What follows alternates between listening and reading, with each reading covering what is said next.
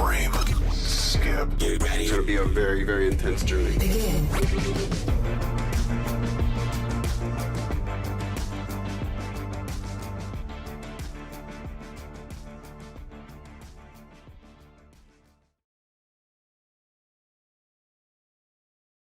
What's up, ladies and gentlemen? Welcome to Frame Skip. I don't know what episode this is. 144.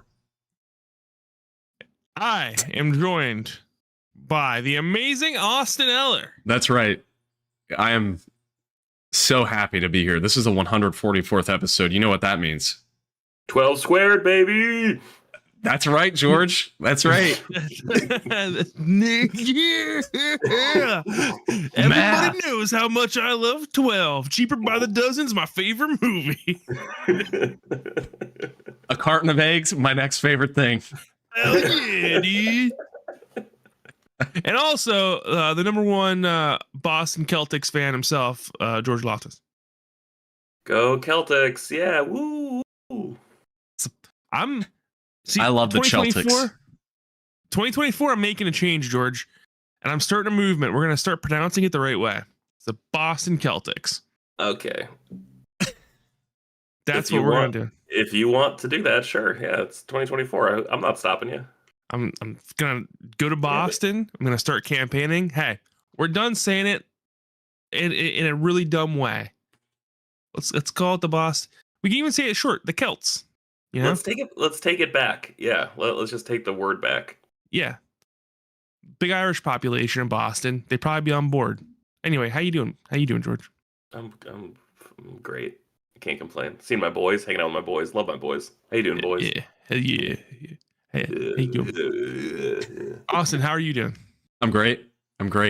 I hopefully have some reprieve to a horrible start to my year, but otherwise, doing great. How sick were you? You got COVID. I was never. How sick were you? Yeah, so I was never too sick. I had some fatigue, but like nothing too terrible. Little bit of sinus congestion. But the last time I was sick a few months ago was far worse. So, but yeah, literally, I was telling George, literally every single person in our workplace has been sick over the past like 2 or 3 weeks, and just been working nonstop. And I think maybe we're finally at the end of that. So nice. I'm not a doctor, but just you guys got to stop licking doorknobs. I know. All Yeah. of you. Well, it's just a good, really help. It's a fun hobby that we have. Yeah. So You know the flavor of the week, dude.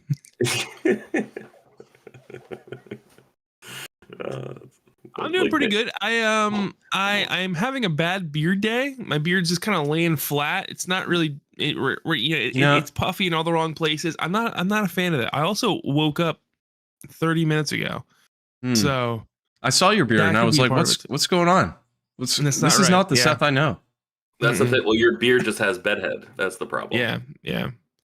So I went to bed 3 hours ago, woke up 30 minutes ago. So doing pretty good. Yeah. Let's get into it. I was gonna say something else and then I forgot. Today we're gonna go over our 2024 gaming goals. Before we do that, Austin, what have you been up to these last few weeks? Tell me about it. I want to hear. Regale me with your tales. Seth, I know you're going to appreciate this because as a huge Monster Hunter Rise fan, Seth, I've gotten back into Monster Hunter Rise myself. And, it makes me a little sad that we could only play for such a short amount of time. Because you decided to play on PC and you left us behind. So I don't know what the deal was there. I bought it on Switch first. And I think we're getting some lag. I didn't hear what you just said, but we're back into Andie and I are back into Monster Hunter Rise. Son of a bitch. And so obviously they announced Monster Hunter Wilds last month, I think at the Game Awards, and still a ways out. That'll be next year, so 2025. But Andie and I never finished Sunbreak, so we played through base game Rise and beat up all the monsters in that game, basically finished the base game, but never never really completed the expansion. So that's what we're going back and doing now, and just making it through. So it's been a good time. Going back, we've probably played like 20, 30 hours, something like that within the past week or two. So it's been good to be back. And the only thing that makes me sad, though, is the fact that, jokes aside, is the fact that there's no cross-play or cross-save, because I would literally do anything to play this game on my PlayStation 5 at 60 frames per second. But yeah, dude, there's no cross-save. So I literally can't move my 150-hour save off of my Switch. Very frustrating. Yeah, that's just that's a Nintendo thing, That's me and Pedro were recording a podcast last night, and he was like, we were talking about the Switch successor that's supposed to come out this year. And he's like, they got to get their online right, this time. And I'm like, hey, buddy, we've been saying that for years. It's not happening. We've been saying that for like 4 console generations at this point. So we're talking about the company that in 2011 was like, usernames? No. We're going to give you a 16-digit random code to give to your friends. You're like, all right. We're going to give you a Nintendo social security number. It was actually kind of easy though, because like I saved my 3DS like friend number as a phone number in my phone, and then I would just share the contact info whenever anyone asked for. I wish I was. Code. I wish I had that big brain energy, because I did not. That's way more intelligent than anything that I ever did about that. I was constantly like opening my 3DS and being like, okay, here's my friend code. No. 1424. No. Admittedly, at least with the Switch, they made the decision to make it so that it was a one-sided request, so that like one person sent the code. I think even up to the 3DS, both people had to put in the respective codes, which that's what I remember. I get it, but also at the same time, like it's really inconvenient. It's really dumb. Also, there was like one time where I was like, George, you don't want to spend too much money. Make it so you have to type in your password every time you log into the store on your Switch. That way you'll spend less money. And I can't figure out how to change that. It's so fucking annoying. Every time I'm like, the Prince of Persia demo, I should check that out. And it's what was my password? Okay, I'm going to spend 8 years typing it in, because the Nintendo isn't the most responsive keyboard entry system. But I have to commend them a little bit for like trying to keep people safe. That's true, because that was the original intention.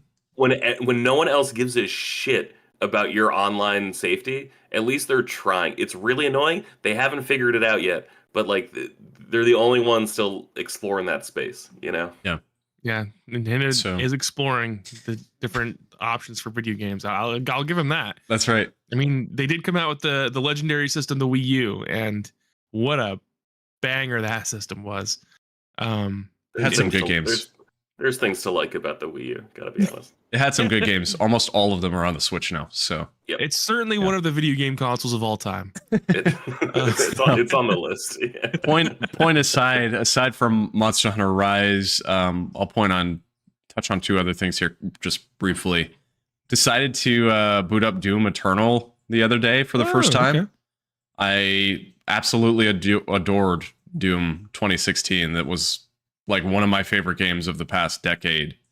And I, for some reason, just never picked up Eternal when it came out, never played through it. I think at the time I was maybe waiting to upgrade my PC, and I just never did that. So I just kind of was like, it just kind of sat in limbo. So I never played it, but I picked it up over the weekend, and because it was on sale like super cheap, and played a good like 2.5, 3 hours just in one sitting. And man, I forgot how good the gameplay is in that series, in those new Doom games. It's excellent. So I'm looking forward to playing more of that. But I played 2016 a couple years ago. Yeah, and I was really impressed by the gameplay, but I felt like it dragged on too long. I never finished it. So yeah, it does. Yeah, Doom 2016 it does overstay its welcome a little bit, I'd say. And I think part of it, frankly, is that the story in that game is nothing like super, revelation compelling plot wise. Yeah, compelling is the word I'm looking for in any way. And I'm hoping that this one is. I mean, there's a lot more going on here story wise. There's like actual cutscenes and lore and stuff that they've implemented in this game, which was not how it was in the first. So we'll see what happens. But at the end of the day, I'm just playing it because it's exhilarating and has great music and the gunplay is awesome. So Nice. but the one other just very quickly thing I wanted to touch on is Andy bought me a Kindle Paperwhite for Christmas.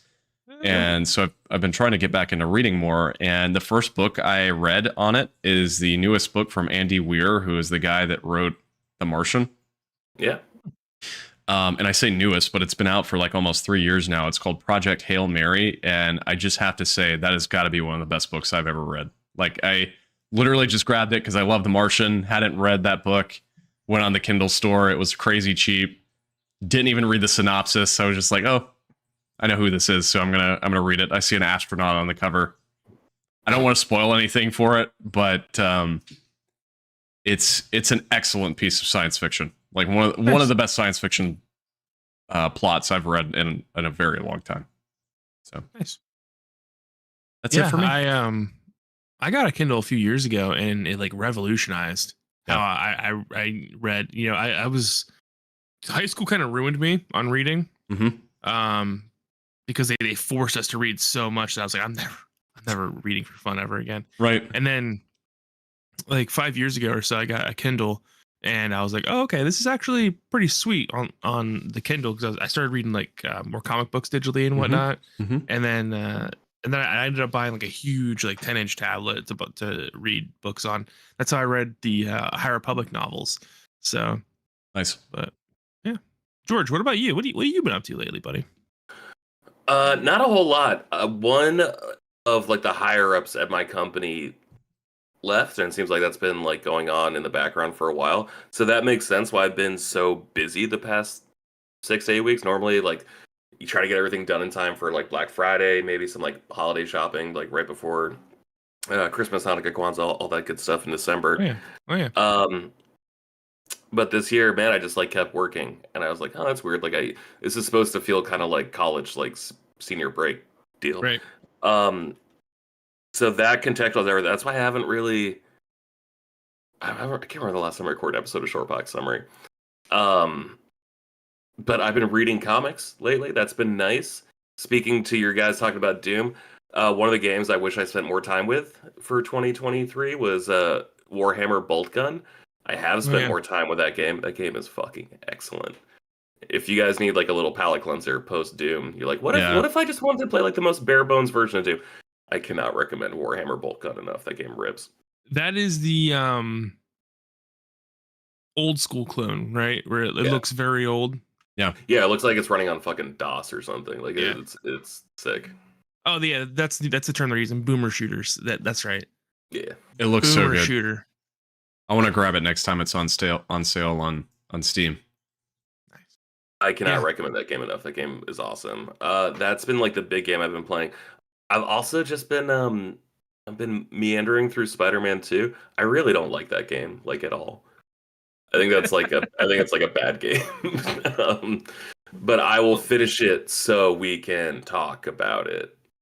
So I'll shoot to finish it this weekend. Well, tell me about it. What don't you like about it? What's eating away at you? I think the storytelling is like entirely too campy and entirely too corny. Every time it's like Peter and Harry together, it's like, oh hey, what's up, chum? You know, it's like shut the fuck up, guys. Like no one talks like that. And it feels like every time I complete a mission, I start swinging away, and then they introduce like a new collectible or like a new currency for me to worry about. Yeah. And I'm just kind of waiting for the game to stop introducing itself and just be the fucking game. And I just don't think that's ever gonna happen. And to be clear, I just got to the point where there was like a big fight at Coney Island.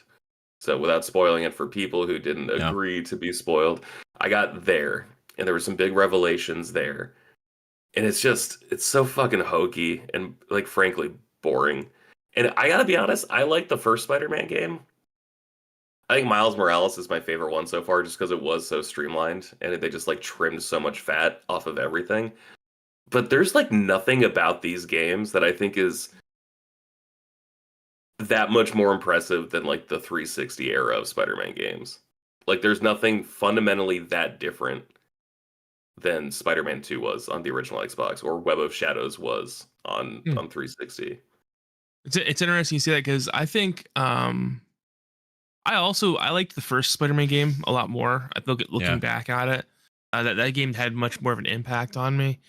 Spider-Man 2 for me felt like they were cramming a little too much in there or something. I don't know what it was. Spider-Man 1 was so emotional and like character driven to me. I think it was because they had a smaller cast and they were kind of just you know what I think it is? I think I said this before. I think having both Peter and Miles in the same game takes away from both of them because your game's constantly switching between them and it doesn't feel like it needs to do that. Yeah. And I don't know if you're going to keep playing, George, but it's really weird because Miles' story really, truly rarely intersects with Peter's in the game at all. It really felt like they were making two separate games and then they just put them together in one game and then crossed over in the big moments. I don't know if do you agree with that, Austin? Yeah, I do. And I would agree with the statement too of it feels like neither fully got what they should have had, in my opinion. Yeah, I mean, I still think, just for my thoughts, I still think the game's excellent, but as time has gone on, as I've gotten further away from it, I definitely think it's my least favorite of the three. I mean, gameplay wise, it's great, but just from a story perspective, I'd say it's my least favorite. But I'm not going to spoil it for George or for those that are listening that haven't played the game yet, but there's a moment later on, Seth, I don't know how I'm going to reference this without spoiling it, but it involves Miles and some of his history and some of the stuff that happened in the first game and kind of a coming to terms type situation. And I don't know, it just felt like a quick little like touch and go in an airplane. It was like, hey, we got this crazy emotional thing and bye, we're done. Yeah. And it feels like there's a lot of that spread throughout the game where like you've got these two characters, their stories are happening, but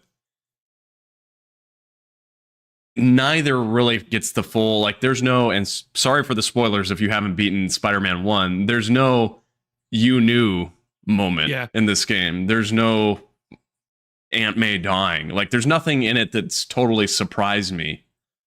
Right. Like the first game, so. Yeah, I 100% agree with that. Yeah, and honestly, historically I should have loved it because I love the symbiotes in Spider-Man. I think they've gone a little too far in the comics where it seems a little ridiculous now. Yeah, but I love the OG Black Suit story and the Spider-Man 300 with Venom. I think those are like two of the most classic Spider-Man stories of all time, and Maximum Carnage and stuff like that. And I think Spider-Man 2, it just seemed like it was trying to do too much. There's a headline for you. Spider-Man too much. Yeah. Anything else you got going on, George? Yeah, I got one last game that I want to talk about, but I mostly want to talk about around that game. I spent so much time last week playing Metroid Prime, the remaster on Switch. Nice. And I think this game is like perfect. I think it is just the right amount of like frustrating because they don't really hold your hand through any of like the puzzling. They don't really tell you what to do. They don't really tell you where to go. You really have to like kind of take notes mentally and just like know what you're supposed to do. And I just got to ask you guys, like, I think this game is borderline perfect. If this game were to come out today, would it be enough game for people to be satisfied? Like, I think about it compared to Spider-Man 2, compared to Uncharted, Thieves End, or whatever. Like, is this game enough to stand on its own in 2023? Or is this just like remembering a relic from 20 years ago? Sorry, it's 2024. My bad. Yeah. It seems like none of it, like what you're talking about doesn't make any sense. For instance, there was a game called Papers, Please that came out years ago. Yeah. And it is the dumbest thing of all time, but it did take people by storm. It took the world by storm. Also, like 2 years ago, Vampire Survivor did the same thing, even though it's a classic formula that just happened to hit at the right time in the right place, and it worked. Metroid Prime, I think, could, depending on what came out and the kind of overall mood that people were into. But I don't know. There's something weird about Metroid, right? Because it's one of the Nintendo tentpole franchises, but no one seems to really care about it that much. And Nintendo is sure taking their sweet time making Metroid Prime 4. So I don't know that they're in any rush. All right, sorry. I think I misspoke when I said like I don't mean Metroid specifically. I guess I meant like a game this size with this kind of presentation. Oh, Where like okay. if a game is this small, because like I keep looking at movies and like video games aren't movies. I understand that, but like video games are incredibly expensive, and we're about to get into a time of crunch with movies where like they're not going to spend $350 million like they did on Dial of Destiny because they didn't see the return on that. So I think movies are about to get like a little leaner. And so I'm wondering too, how long before video games start getting a little leaner? The way you're seeing multiplayer games only, right? Like, was it the finals? Like, there's no single player component to that game. It is just a multiplayer suite, right? And like the bare bonesness of Call of Duty Modern Warfare 3's campaign, where they basically just took like whatever the fucking big map is, and then made a campaign happening on that, as opposed to like dedicated levels with big set pieces or whatever.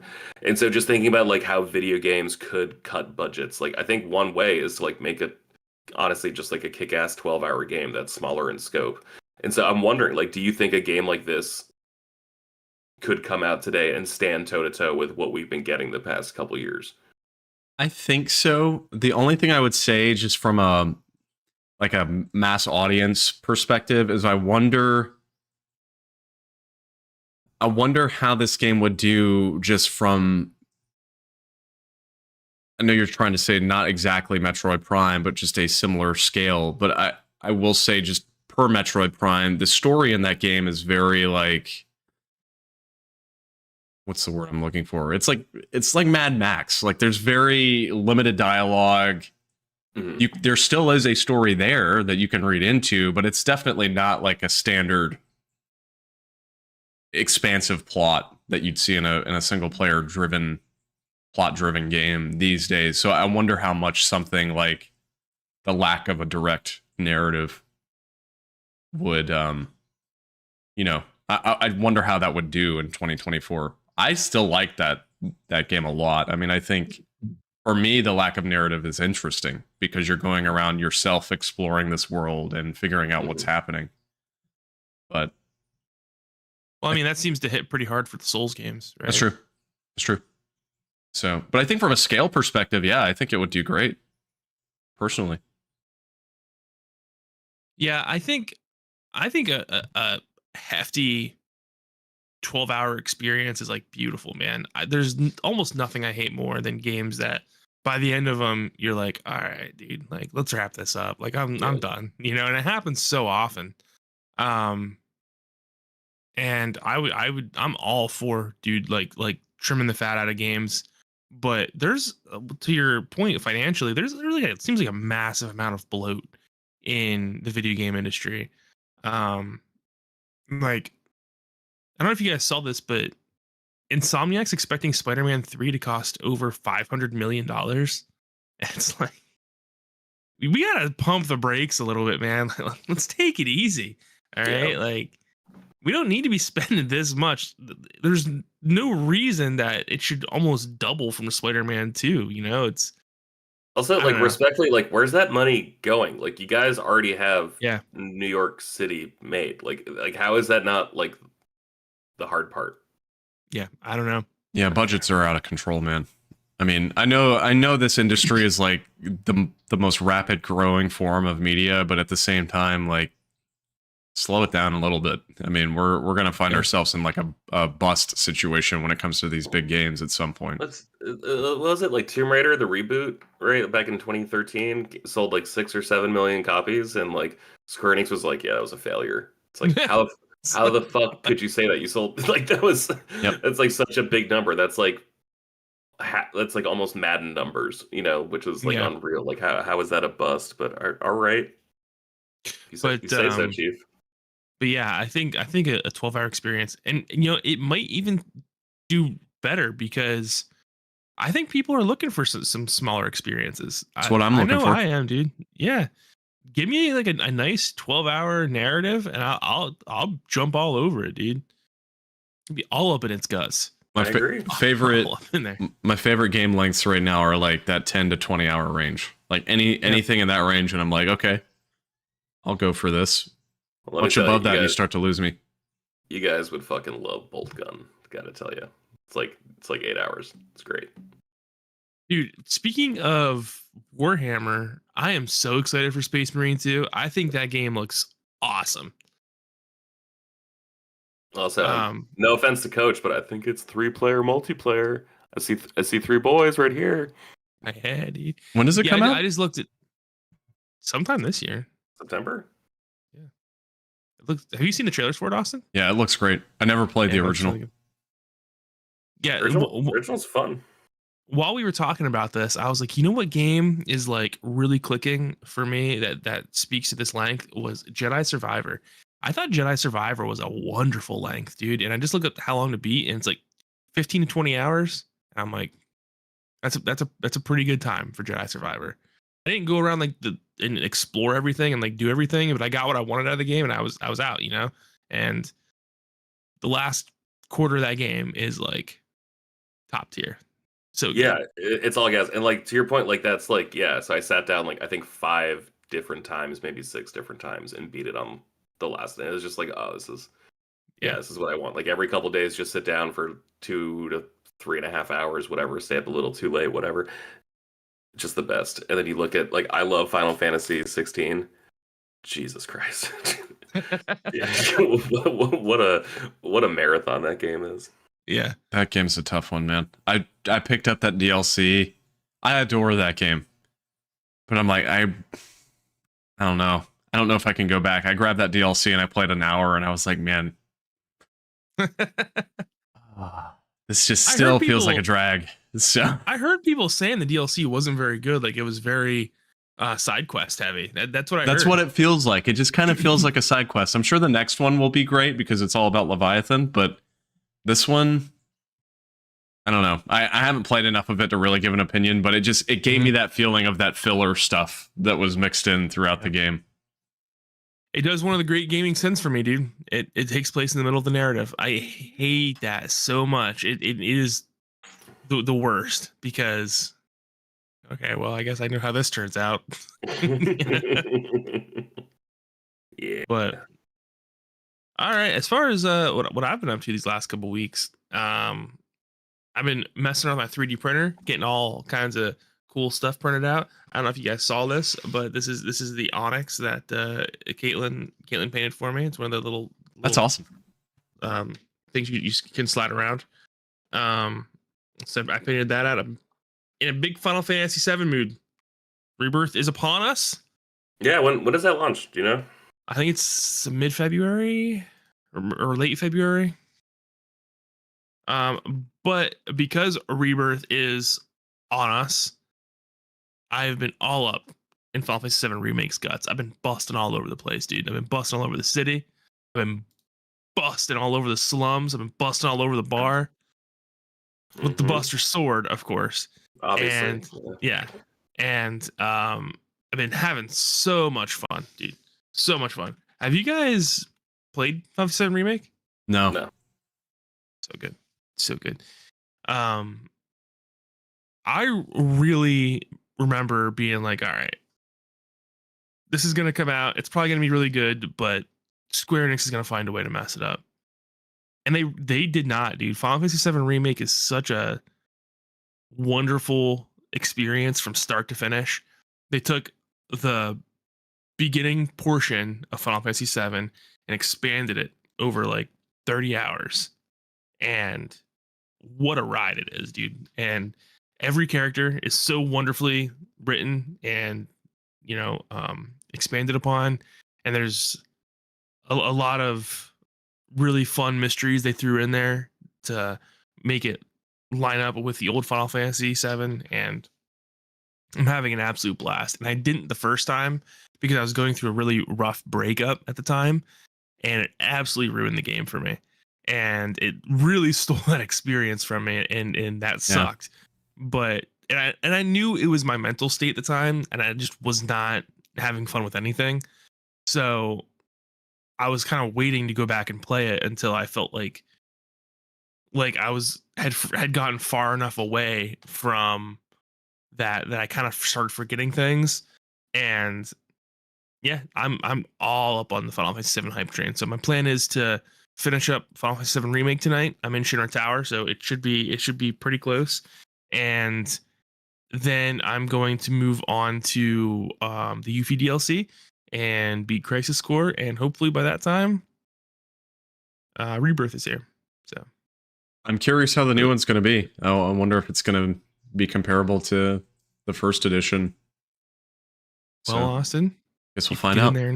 You can get in there and find out yourself, buddy. I know. It's time. Well, I need to beat like the original Crisis Core and the remake before. And the original Final Fantasy VII too. Don't Yeah. That one. Yeah, that's what I mean. Saying.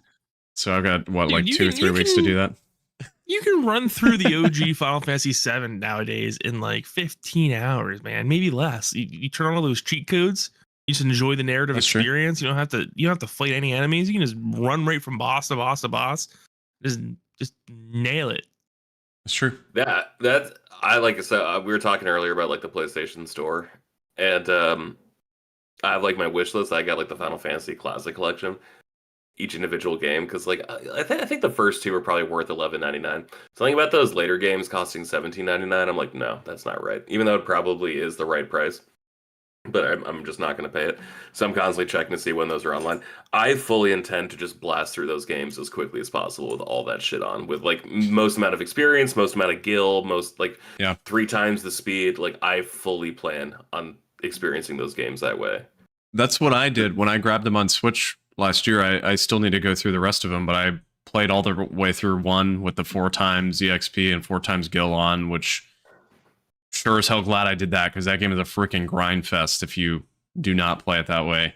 And then I was about 3/4 of the way through 2, and I was doing the same thing, which people have very mixed opinions on the way 2 works. So yeah, the 4 times XP in that game is also great. But yeah, that's true, Seth. I mean, I know I don't think there's the XP boost in 7's port, but there is like the you can't die, constant limit break, like fast forward type stuff. So I just need to run through it. Yeah, you could just turn on the limit break thing and just smash limit breaks left and right, and like you're gonna be alright, you know. But yeah, I think it's worth it, man, because I think 7 Remake is so good, and the characters are so beautifully expanded upon and written that it's one of the great games of last generation. And on PS5, dude, it runs so good, so smooth.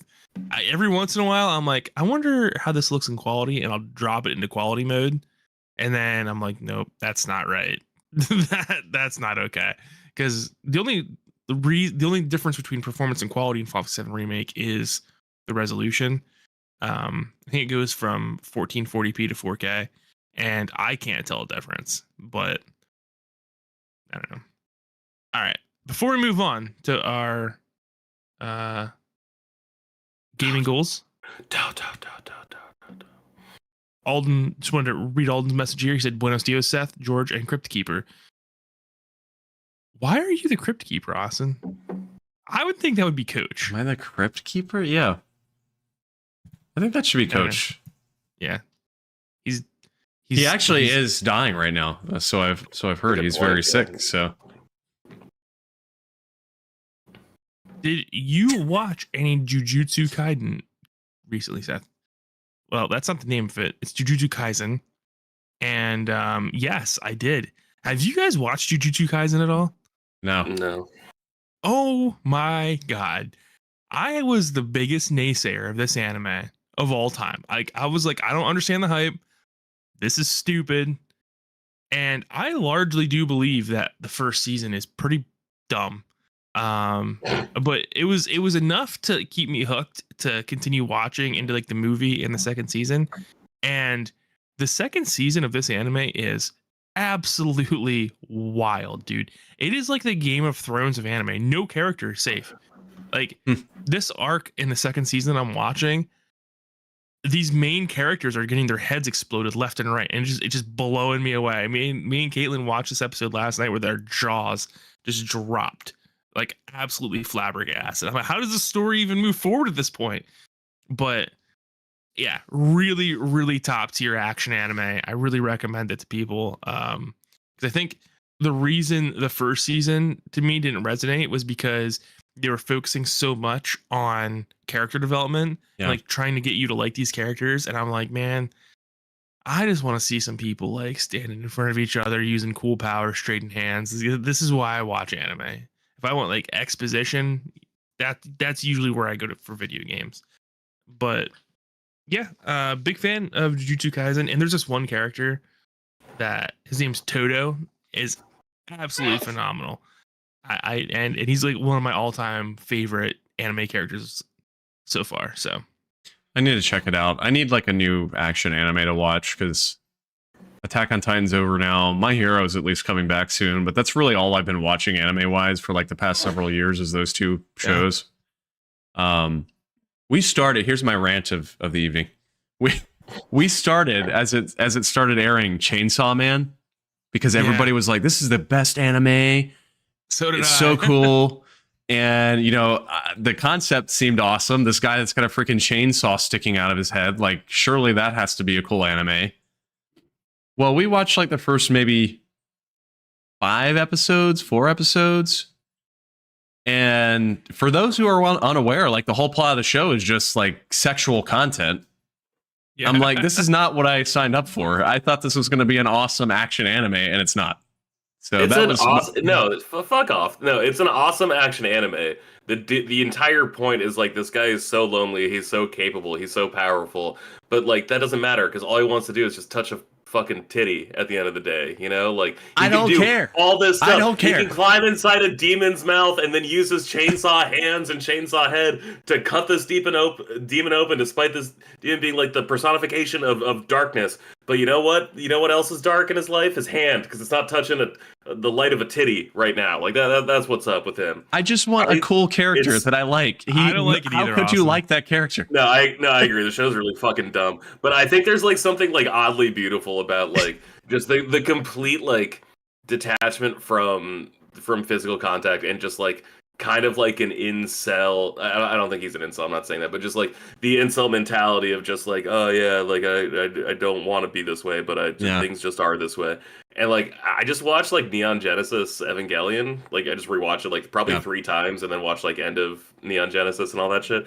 And it really is like, oh, this is like the dumbest possible version of Neon Genesis. Yes. Watching Chainsaw Man, you know, and. Oh yeah, no, he's why like. Do you think he's like Shinji times 10? Like Shinji's just like a disgusting, like depressed piece of trash. He wasn't disgusting until the fucking movie. No, I'm gonna say he's disgusting because nobody can forget what he did in that movie. But that was awful. Like that was fucking. It was disgusting, awful. George. And yeah, this character, I don't even know the character's name, but the character in Chainsaw Man is like Shinji times 10. He's just like has no self-control. Like, just why do people like that show? I don't know. I don't know either, man. I don't know.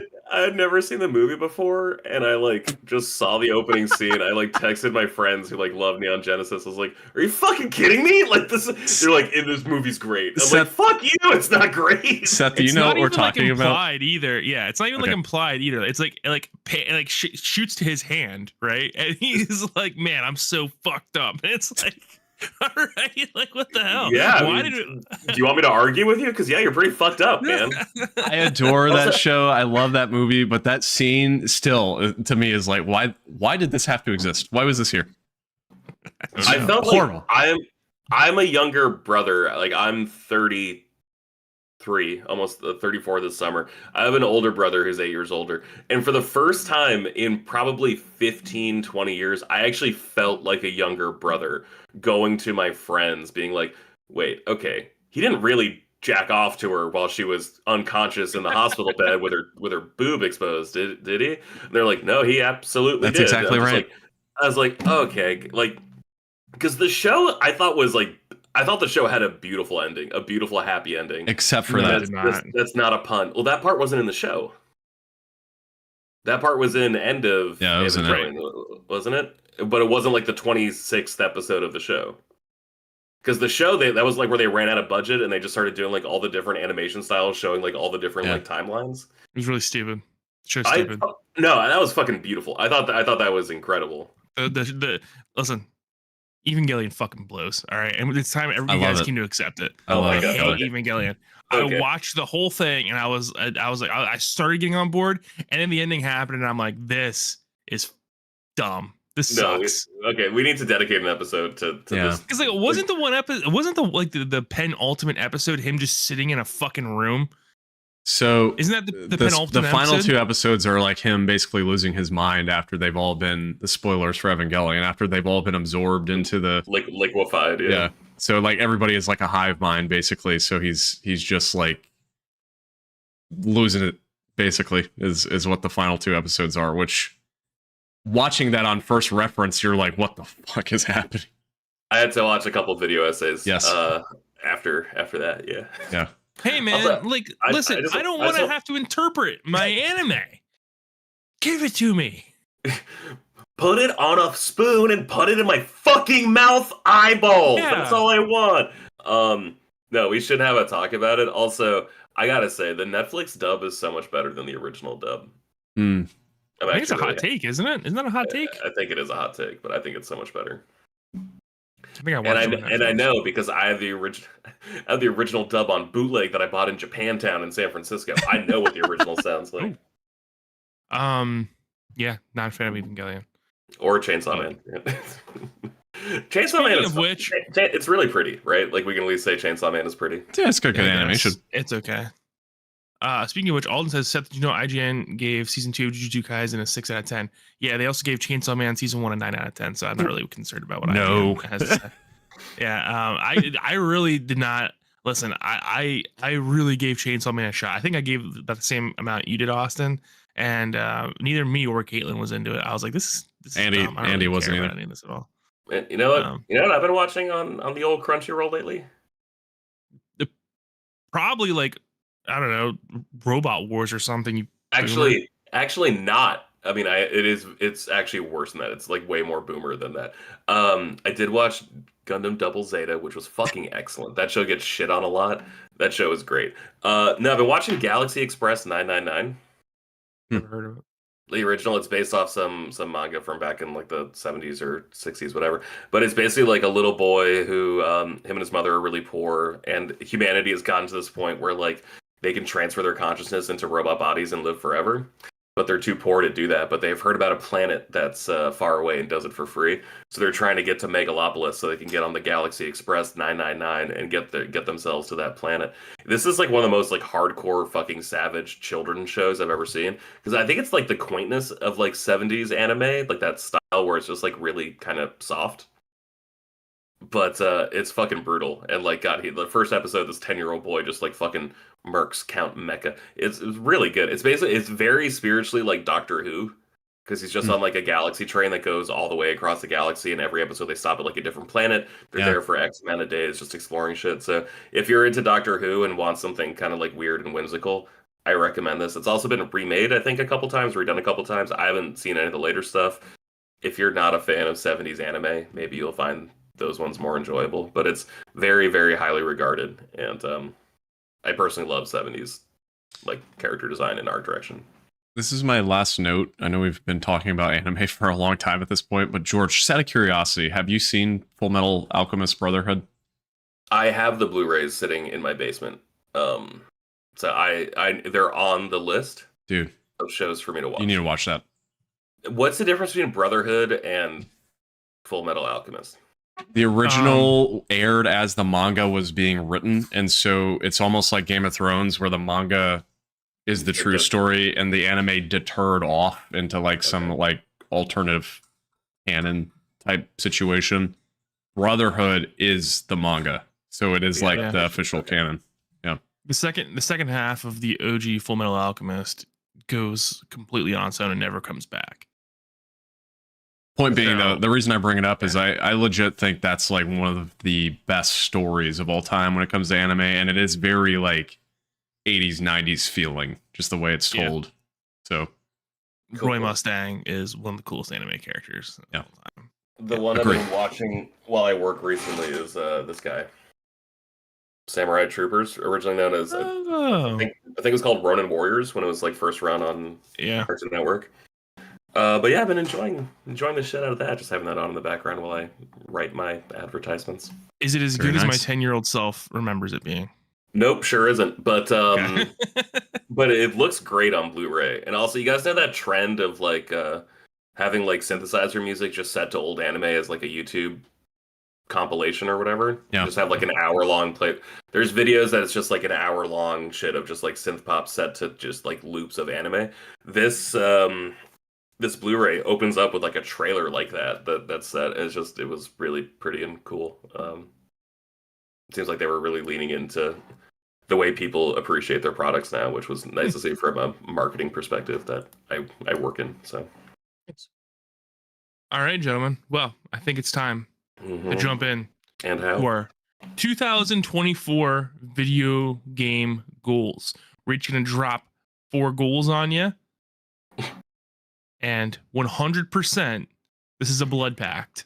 If we don't finish these goals, we will die January 1st, 2025. Horribly. It's going to be a really disgusting and horrible massacre. So Speaking of anime, Sword Art Online. Yeah, that's a I still love Sword Art Online, dude. I still to this day will say the worst part of that anime is where everybody stopped watching at the end of season 1. I don't disagree. The reason I bring Every it up, however, season is after because that if you die gets in the better. game, you die in real life, and so that's why I brought it up. So I didn't mean Oh, to continue our anime conversation. That's fine. I get upset about Sword Art Online. I do, because everyone's like, "Oh, it's so it gets so pervy and ridiculous." Season 2 is I'm like, great. okay, for like 6 episodes, dude. For 6 episodes, it does. And season 3 is great, and season 4, they're all great. Whatever. People are stupid. Anime fans are stupid. All right, Austin. Well, why don't you toss a softball at me? Okay, a We can softball. knock it out of the park. Number 1, first gaming goal. Okay, well, I wanted to say before I give it to you, one of my goals is non-gaming related. I wanted to do something that is not about Okay. games. So just so you're aware. My first one is one that I've already kind of set out on. I'm taking a break on it now because I'm playing Monster Hunter, but I have several Sonic games that I want to play through this year. I want to play through Sonic Mania Plus. I want to play through Sonic Unleashed on Series X BC. I want to play the remaster of Sonic Colors, and I want to play Sonic Generations, and I want to finish Sonic Frontiers. It shouldn't be too hard of a task because all of those games are like sub 10 hours at most. So that's on the list. I started Sonic Frontiers 2 weeks ago, and got about 2 hours in, and I was like, okay, that's enough. Put that down forever. I love Sonic Frontiers. I got about halfway through it and got sidetracked on something else, but I think it's great. Man, I played Sonic Team Racing this past week. Not good. Yeah, that game sucks. It is no Sonic Racing Transformed. Yeah, that's what I hear. Yeah. All right, George, you're up, buddy. Really quickly, I just want to talk. I searched on my computer. I couldn't find our gaming goals for 2023, but I could find our gaming goals for 2022. We didn't do them last year. We didn't do them. Okay, that makes sense then. Austin, your number 1 goal was to platinum Persona 5. How you making out there, buddy? How you making out? Nope. Your number 2 was to play through the rest of the main Zelda games you've never beaten. Link's Did not Awakening happen. remake, Nope. Oracle of Ages and Seasons, Link to the Past, Minish Cap, Nope. and only buy 5 full price games. I think I actually did do that year, if I'm recalling correctly. Seth, your goals. Number 1, not sweat it. You're not sweat it. Don't worry about it. Quote, man, I got all these games in my backlog. I got to force myself to play this. I don't care anymore. It's not a big deal. If you want to, you'll make the time for it. If I really want to play this, I would. It wouldn't be in my backlog. Your number 2 goal was beat Trail. Your number 2 goal was beat Trails of Cold Steel 4. I did nail that. And then your 3rd goal was to complete the other 2 goals. Nailed it, dude. Yeah. Seth killed it over here. Yeah, you're the only one who's committed. George, get to 100 platinums. No. George, beat Ocarina of Time 3DS and Final Fantasy 13. No. George, begin a Twitch channel for 2000s comic book games. No. Play a new Apple Arcade game each week for the podcast. I play the same Apple Arcade game at least 18 times a day. It's the Solitaire on there. It's fucking perfect. So no. And then number 5, beat one recommended game a month according to the podcast, where like I throw up 2 and then like I have to beat the game according to whoever votes.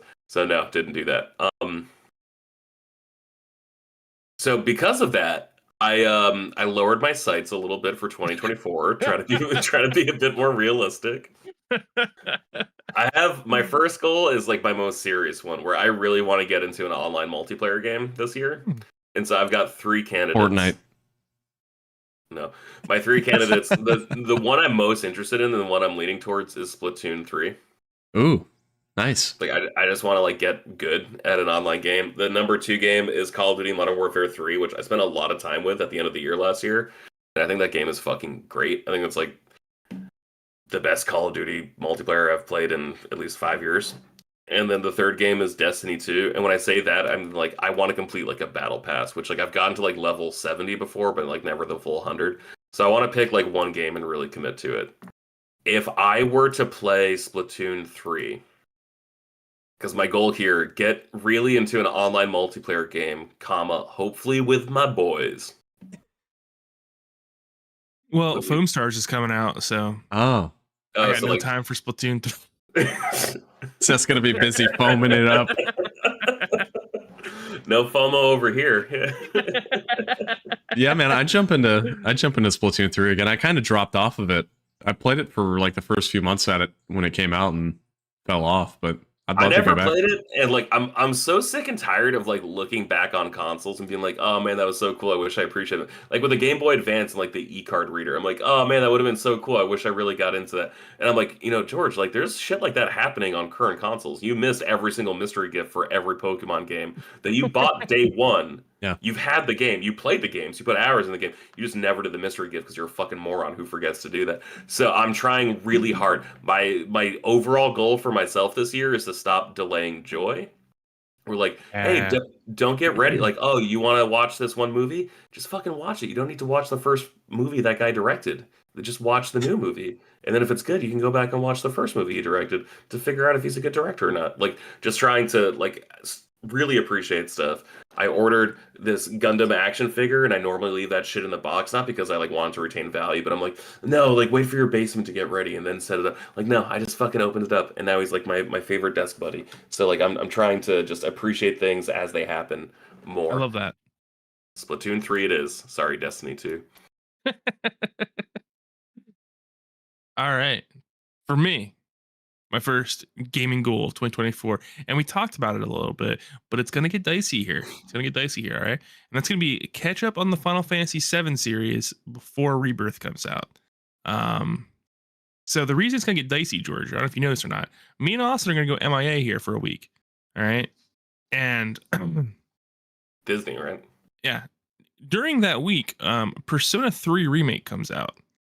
And that's a big one for me. I'm really excited for it. So, essentially, what I think is going to need to happen in order for me to complete this is for me to beat Remake tonight, Intergrade, and Crisis Core Remastered before we go to Disney. And that is a tall task. So, gonna need to It's a week and a half. put my big boy pants on, tighten that belt, and really get in there. Or maybe loosen the belt. We can get in there, pull the pants down. Austin, can I jump ahead of you for a second for my next goal? Go ahead. My next goal is to next year get invited to Disney with my boys.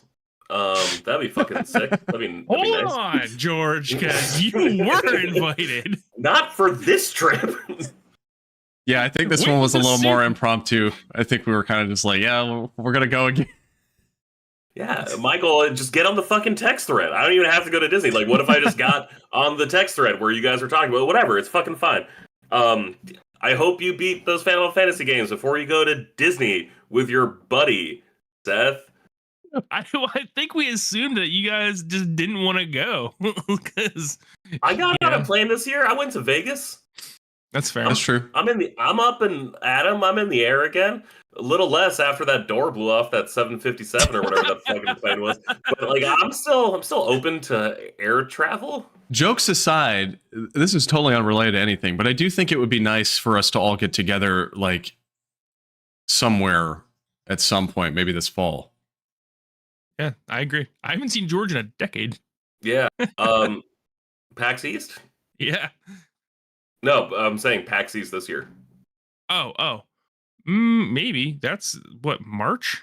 It's probably sold out. Take a look. I don't think I could swing it unless it's like post June or July, but just use up the rest of your sick days. Don't be a bitch. I have one sick day. Yeah, just fine. Just grab. That's the day you're going to PAX East, buddy. Hop on a plane, go to PAX East, fly back. But point aside, I mean, even if we don't go to an event, I think it'd be fun to get together. We could talk about this off the show. It'd be fun to get together, like Pennsylvania. It's a good central location. Seth has purchased a house. George, you purchased a house. So we could do that too. We could all go up to Maine in the middle of December. Never come home. Air travel is pretty cheap up here this time of year, so yeah. Badges are still available for PAX East. Isn't it like in a month and a half though? Yeah. It is March 21st to 24th, so it's in 2 months. I can't do that, sadly. All right, well, maybe Seth and I will hang out without you, and then you'll know how that feels. Okay. And then I see. I'll hang out with you and at Seth, and then Seth will know how it feels. And then everyone will be even, and then we can just start new, start fresh. Okay.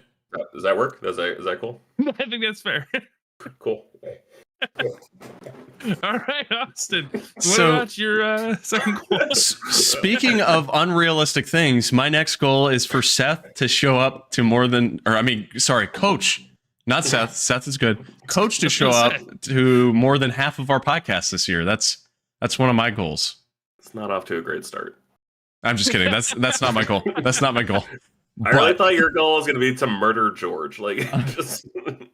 No, so this is just, I've got two general goals here because aside from the Sonic one, and I've got one later, I didn't really want to go like specifically on games, like beat this, beat that, because I feel like it kind of limits me. I know that one year I tried the Zelda one, I just like didn't even want to do it because I set it out as a goal. But one of my goals here, just in a general sense, is to play more games that were released on the PS3 generation or older. I want to play more old games this year. I feel like I've been very Switch and PS5 driven over the past couple of years, and I certainly wouldn't exclude like remasters or anything from that or ports, but I don't know. I just want to go back. I want to play some older stuff. Play some retro PS3 games. Mm-hmm. Yeah, that's considered my favorite retro game, Uncharted 2. Yeah. Well, I mean, it's close to 20 years old, right? Like, yeah. It's 18 years old was when it launched. Like, we're getting there. Yep. Time dilatation's getting pretty wild these days. Yeah, that sucks. That sucks shit. Yeah, I don't like that at all. You guys remember when you were like young and hot and like you could just do anything you wanted and like your life was still in front of you? That was fucking cool. I still kind of just do whatever I want. I do too, but I never feel good about it. You know? Yeah. like you know what make me feel better right now? Some salt vinegar chips, and I look at the clock and it's 10:30. I'm like, oh, I'm gonna feel that tomorrow. And you know what I fucking do? My stomach is all kinds of fucked. Oh, yeah, buddy. Yeah. I've been eating cheesecake every night for 5 days, so I think maybe I'm still in that phase. Maybe I'm still able to. Invulnerable. So you're 27, 28. 28. Yeah, you got 2 more years, bud. Enjoy it. Yeah. George. Yeah. Wait, I got a question before I go to you. Was that really your second goal, or it was? No. Okay, I was gonna say. That's a good goal. It's a good goal to have. Yeah, to get on the cool kid group. Yeah. Keep working, buddy. Keep working. Like, You'll get there. I'm sure you guys do have like a private text exchange, but like I've never thought about that as like a private group chat. It'd be amazing if it was like the three of us were like the predominant hosts, and like, yeah, you're not on the private group chat though. Like, me and Seth got to keep it on the official channel, just the two of us as the creators of the show. We need to make one that's the three of us and not Coach, and then we'll be like, just Coach never hears a word from us. Yeah, and he's like, "What's the podcast, guys?" And we're like, "We've been talking in the private chat about it, Coach. Sorry." It's the founders meeting. Yeah. My second goal, I want to complete a Pokédex this year. And shit. Nice. I did that last year. I think I'm the closest in Brilliant Diamond. I really want to do it in Scarlet Violet, but like I did it. That game just runs like shit on my Switch anyway. Yeah. So like I'm a little less inclined to do it. Plus I like the Diamond, Pearl, Platinum generation. So hey, don't be a coward about it. Go for the national decks. That's the decks you want to complete. Where can you complete that? Nowhere. It's literally the only place you can complete it is within the Pokemon home thing or whatever it's called, like the bank software. Okay. Yeah. So do you guys think they're ever gonna go like full all 1076 or whatever it is again? It seems like not. What's fucking amazing is like Call of Duty does this where it's like you can only launch you can launch like multiple different Call of Duty games out of one launcher. Mm-hmm. And like the fact that you can't do that with Pokemon is like kind of amazing, right? Like if they all opened in like a hub, it doesn't matter which one you have. If it's on Switch, like it goes to Pokemon and then it just like selects the game you want. But like the fact that there's no like cross information between the games, like that's kind of like infuriating, right? Yeah. So like when did Dexit start? It was Sword and Shield? Sword and Shield, right? Yeah. So they've set a really weird precedent where they're just like picking and choosing which Pokemon go to which game, and it's starting to make things really confusing. And I don't think the number one ranked most popular Pokemon has been available since Sun and Moon, which is Greninja, right? I don't think they brought him to Sword and Shield or Scarlet and Violet, which is like he is in Scarlet and Violet. He is in Scarlet and Violet. Yeah, but still, he was not in it until actually now I'm recalling this. He was not in it base game. He was added in as one of the special like online raids. So like you had to participate in that raid to receive him. It's crazy. Yeah, crazy stuff. So I feel like the Pokemon company is kind of in chaos right now. I don't know that that would be such a pleasant place to work at right now. Not the Pokemon company, but specifically like Game Freak, because I'm telling you what, I think those guys are struggling to adapt to the 3D world. You look at like Xenoblade Chronicles 3, right? And their open world. And then you look at Scarlet and Violet and you're like, oh yeah, these guys are in the trenches. They're struggling out here. Which is funny too, because like you can argue that like, I don't know, their Pokemon might be better as a 2D game. You could make that argument. I thought the 3DS games were a nice compromise. Yeah, because you had the 3D battles and you had like the kind of 3D. Well, it was definitely 3D, but it was like, you know, it looked like the 2D games as far as like the environments go. And I thought that was fine. But that's like I hate to sound like a communist nerd, but this feels like capitalism's fault, right? Where it's like, no, everything has to be bigger, everything has to be more expansive. Like we can't release a Pokemon game that's just as good as the last one. It has to be bigger, it has to be better, it has to be more. And I'm like, no, actually, like it just has to be different. Like just give me the like. How many different ingredients can you make with like eggs, flour, and salt? It's like, no, like it's cool to like I actually really like these ingredients, but like I just don't want to eat the same baked good every day. So, like what if I had a croissant one day? What if I had a French toast next day? You know what I mean? Like I would agree with you, but I'm gonna say something that's kind of mean and controversial. I think Game Freak as a general developer, they're kind of hacks. Sure. And I don't think that they've adapted well to the 3D. I think they had something with Pokemon, right? They're fun 2D games, and they did not do well. I think if any other major developer had the Pokemon franchise, we'd be getting high fidelity, really good looking Pokemon games 10 years ago. But I don't think Game Freak has the chops to do that.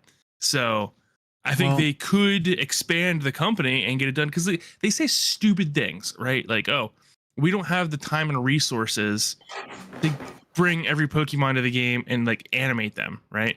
Okay, That's hey, well, you guys make Pokemon. Take it easy, all right? like actually, you print money. You might have like the one thing more valuable than like Star Wars. So yeah. So you do have the resources. Yeah, you can contract that out. It's okay. Everybody else does. So And if it's a issue of time, we don't need to have a new Pokemon game every year, 2 years. Right. That's not like right. I'd I don't say know. 2 years actually. I'd say 2 years. You think Pokemon game has to come out every 2 years? Yeah.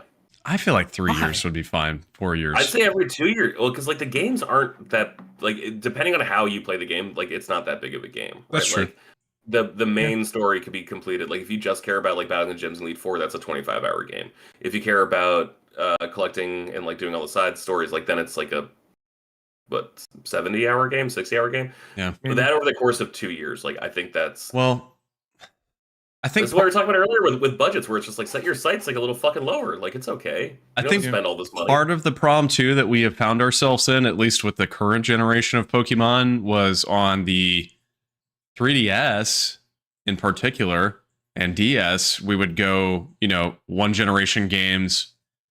A couple of years later, we get remakes. A couple of years after that, we get another generation remakes. We've totally kind of missed that. I mean, I know we have had Let's Go and Diamond and Pearl remakes on Switch, but like the cycle seems to have been more reliant on brand new with Arceus and Sword and Shield and the DLC for Sword and Shield and Scarlet and Violet and DLC for Scarlet and Violet. Let's not forget new Pokemon Snap too. Yeah. Really brutal. So it seems like they don't have that like in between remake type game anymore. I know logistically they do looking at it, but I don't know. Something seems off with their whole cycle, in my opinion. But I don't disagree with you, Seth. I mean, I don't personally necessarily want to call them hacks because I don't know their situation myself, but I will say this just objectively, like when Scarlet and Violet came out, they were very clear that like, hey, we're working on this game, we're gonna get it fixed. They haven't changed anything. I mean, the game is this. I'm sure they fixed some bugs, but like the game is the same as it was. The game still looks like it could have released on the PlayStation 2. Yeah. So it's ass ugly, dude. That game is really fun. I had a blast playing Scarlet and Violet. I think it's actually a great game. It's just ugly. Horribly ugly. It honestly, it looks like Dragon Quest VII, like the 3DS version. Yeah, it's not great. Anyway, next goal. Who's goal? moving on. And a more happy goal for 2024. I'm gonna catch up and beat Pedro on the Kaseki games this year. Holy crap, dude! Let's go, Seth. You're gonna die on January 1st if you don't do this. Listen, I'm calling you out, Pedro. This coward waited until I went on vacation for 2 weeks last year to blast past me in the Kaseki games. All right. That's not happening this time, buddy. I am focused. I am determined. I'm like the John Wick of Kaseki games. And I have already allocated vacation to the Daybreak release. So I'm not going to eat, sleep. All right. I'm going to pull 4 nights straight if I have to beat Pedro and Daybreak, because I'm tired of him texting me, calling himself the Kaseki King. It's done. All right, dude. Like the king, the rightful king is going to take the throne, and that's what's going to happen in 2024. Wow, I bet Kaylin's really going to love you spending your vacation time playing these Kaseki games. Well, to be fair, I think I'm going to end up catching up to the Kaseki games before the vacation, and then the Daybreak is going to align with my vacation. So how many games are in this series, Seth? How many are you behind? Like 15? 2, 3, 4, 5, 6, 7, 8, 9, 10. Oh God, man! I really want to try it because I know they're great. But I just can't do that. I am 2 games behind. So I need to beat Trails into Azure, and then Trails into Reverie, and then I'm good. They are great games, and the way I would explain them is it's more like a TV show than a video game series, right? Like the story is continuing to build, and then you get a next season, and it just continues to ramp up. And damn, real good. I'm really enjoying them. And as far as like RPG mechanics, dude, some of the best, and they continuously built upon them all the way through Reverie. Turn-based? Mm-hmm. Okay. Yeah. So, Can you very speed, good. can you speed up animations? Yeah. They all have a high speed mode. Do you use that? Yes. That seems to be kind of a thing now after they implemented that in those Final Fantasy ports, because Monster Hunter Stories 2, which is also essentially a Pokemon-like game, has that feature as well, which is interesting. Yep. So. All right. Awesome. Hitting the ball back to you. Here's my non-gaming goal. Earlier, by the way, Alden, when I brought up that I was going to have a non-gaming goal, and I immediately went into Sonic, he said, "Oh no, the dementia's already taken over." He's thinking Sonic isn't gaming related. But again, I touched on this a little bit earlier in the show. Another broad goal for me, because I didn't want to put a number on it, but I want to read more this year. I want to read more books. Like, I just feel like that is something I used to do constantly. And I think I was like you, Seth, where in high school, I just kind of got burned by that, of the constant, like, being forced to read books. And certainly in college too, like, I was reading constantly for classes. I had one class, I took an East Asian literature class, and literally for like 5 months, I read like 3,000-year-old Chinese literature, and it just started to slowly drive me insane. So that's awful. It's a lot. It's a big ask. 150 pages like every night I was reading. So point being, I kind of got burned on it for a while, and especially now having the Kindle, having easy access to books just quickly, and having like Hoopla, which I know you've brought up before, George, where you can link it with your library and access books on your Kindle for free. Yeah. I don't know, man. I just want to read more books this year. I started strong with Project Hail Mary, and I'm reading now The Sphere by Michael Crichton. So yeah, fuck yeah. I don't know. Yeah, I want to mess around with some sci-fi books. That movie wasn't very good. No. But I'm sure the book is better, because Michael Crichton's a good writer. It was another thing that popped up, and I was like, oh, I know who this is, and it's got good reviews, so I'm going to check it out. So Jurassic Park himself. Yeah. All right. Well, George, if you don't mind, I'm going to budge in front of you real quick. Squeeze my way in there. Yeah, please do. Yeah. I'm going to switch my goals around, since you're talking about reading, Austin. I'm going to catch up on the High Republic novels this year. Nice. I read the first 2 last year. Big fan. Really enjoyed them a lot more than I thought I was going to. Jedi Survivor, they got me. I see their strategy. I like it. All right.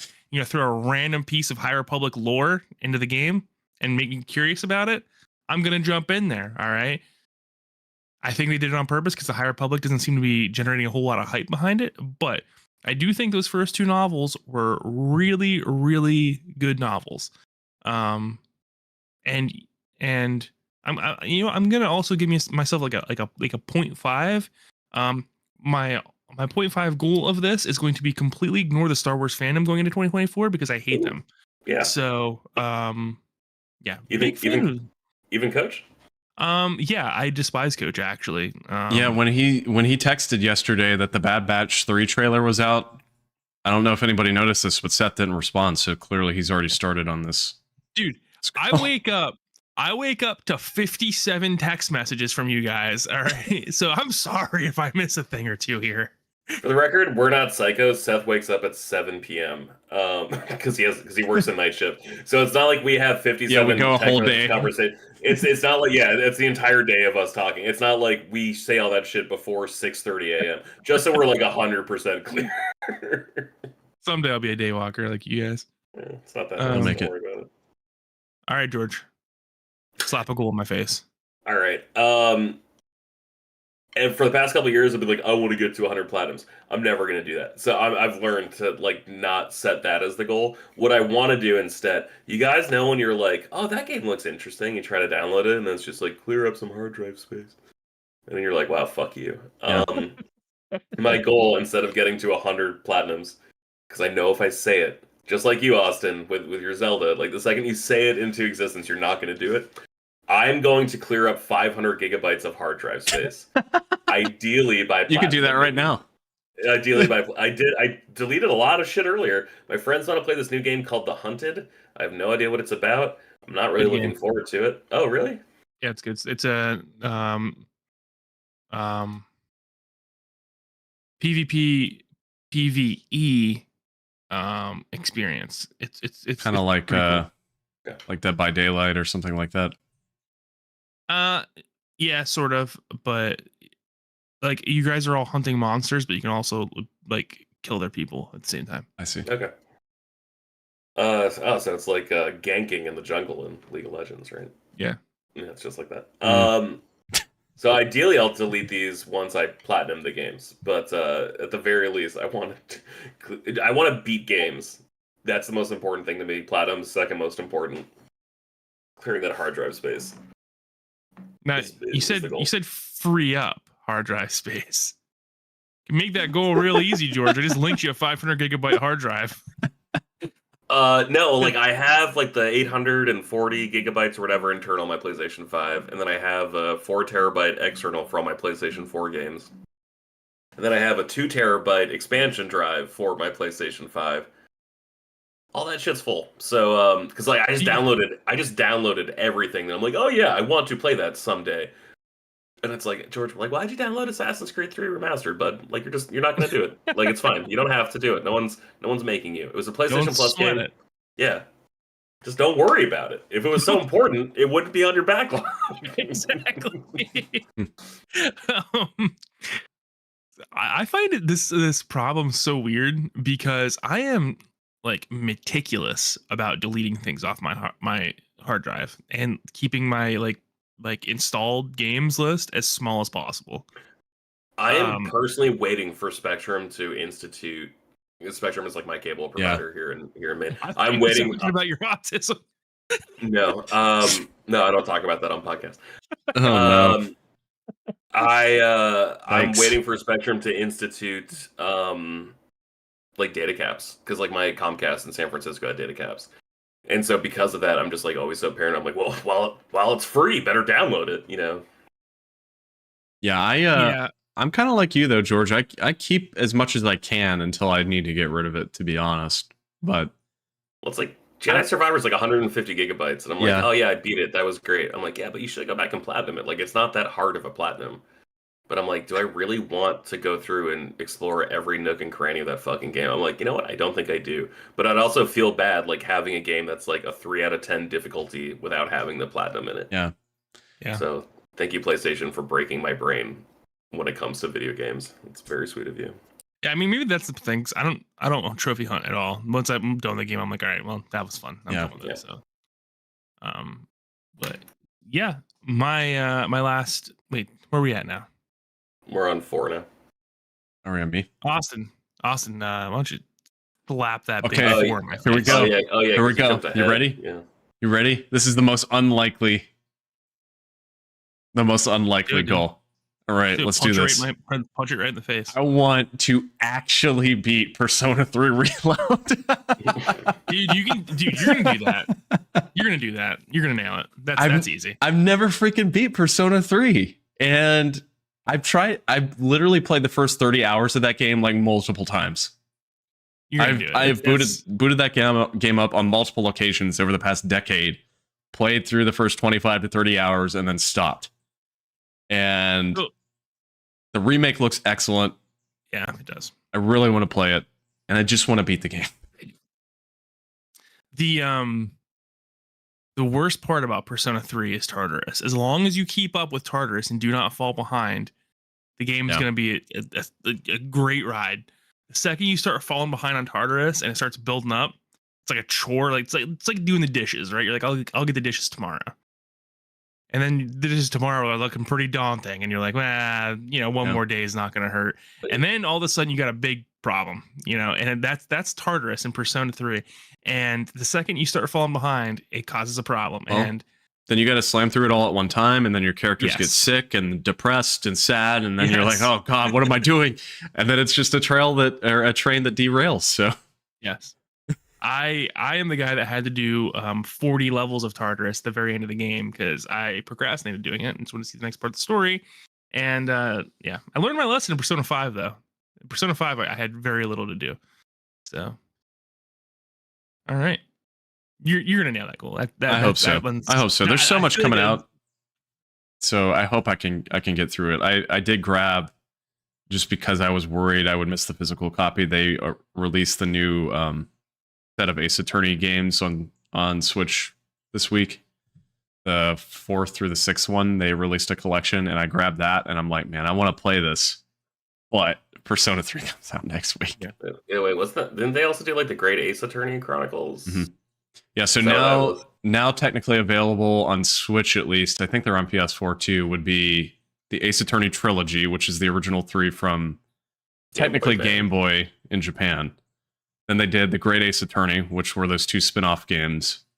Now they've just released, they're calling it the Apollo Justice trilogy, which isn't totally accurate, but it's technically Ace Attorney 4, 5, and 6. So 4 was a DS game, 5 and 6 were 3DS games. So that just came out. I find the hype around Persona 3 Reload very low for some reason. I know. I think it's because people are thinking it's well, we got like the Persona 3 digital copies that came out a couple years ago. Or maybe I think it was even last year. Yeah, it was last year. It was on Game Pass, and I think people think this is maybe a remaster when it's not. This is a completely remade Persona 3 from the ground up, and it looks phenomenal and gorgeous, and I cannot wait, dude. Persona 3 is my favorite Persona game, and that one's. I'm gonna be going deep in Persona 3. I'm gonna be all up in its guts. Well, then people were pissy because it's like not the remaster of like the most complete version, right?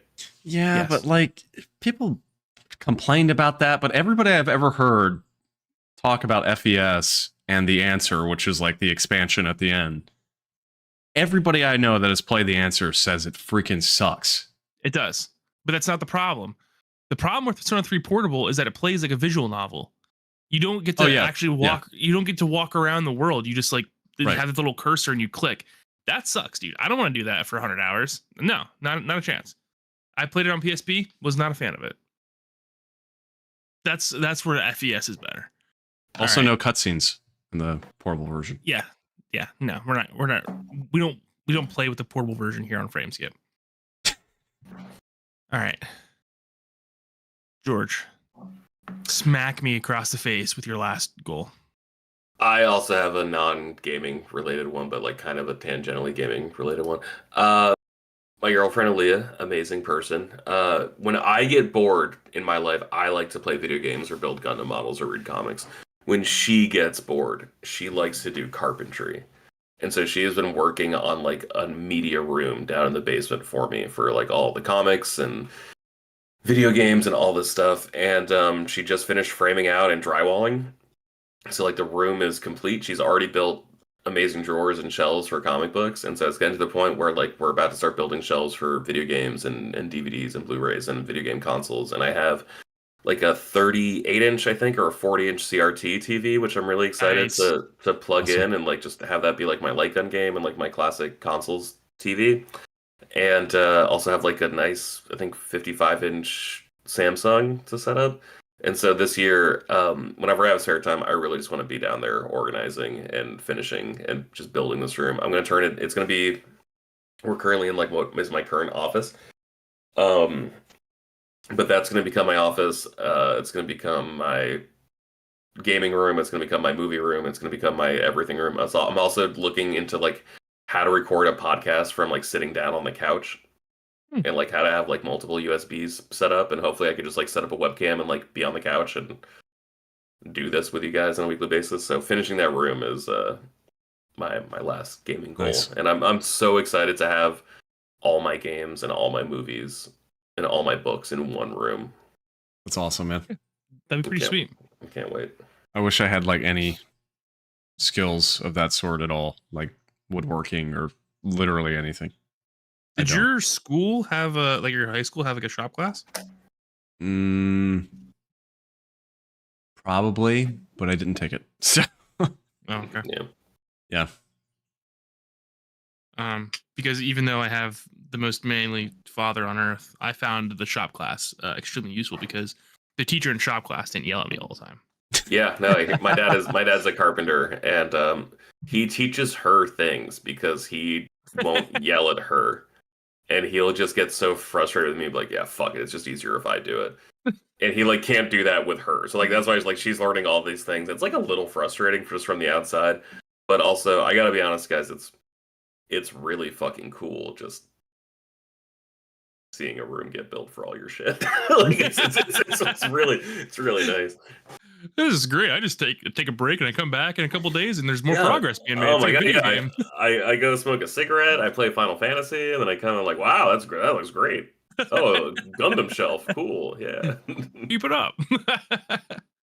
My last gaming goal this year is to branch out in genres. I really want to. In the last, so like a decade ago, I played a lot more games. I was all in on shooters and racing games and stuff like that. And since then, I've kind of just gotten more and more focused down to just pretty much just playing RPGs constantly. And I'm starting to feel like a little bit of fatigue from that. So this year, I would really like to just kind of branch out, maybe play a little bit of like a 2D platforming game or something like that. Maybe a racing game. Maybe really dive deep in like a shooter. We should find like a good like co-op game that we can like sit down and play through like periodically. We did. It was called Monster Hunter Rise, and you abandoned me. I'm playing it right now, so maybe it's a good time for you to come back, Seth. No, dude, we did that with Monster Hunter World.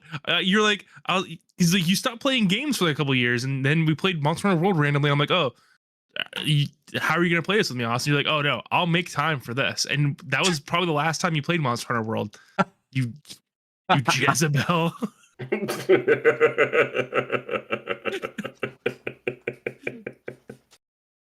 Yeah, you fucking Man, it was lagging a lot. I didn't hear anything the past 45 seconds. But yeah, I think we should play like some co-op games. I think that'd be fun. Just kill George.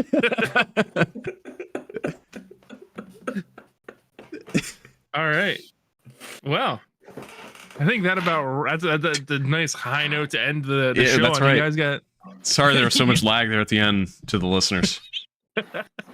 You guys got any closing statements? No. All right. Resolutions are stupid. Like, I really feel like if you want to do something, you should do it. You shouldn't like wait for a new year to do it. That being said, though, don't sweat it, dude. just keep it breezy, you know.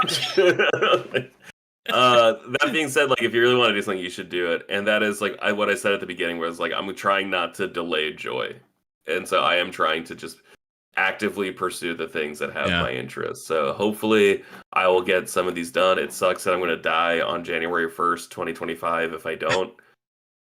That being said, you guys want to play some Splatoon 3 this weekend? Let's do it. Well, I think I have off this weekend. I don't have Splatoon 3. I have to buy it. Never played it before. Never played any Splatoon games before. But I believe in my heart that I have the skill set to be the best at Splatoon player. So I think you could do it. That sounds great for us playing together. Yeah. Maybe you should just live your life super impulsively like I do, George. Just do whatever you want all the time. You know, for instance. Go ahead.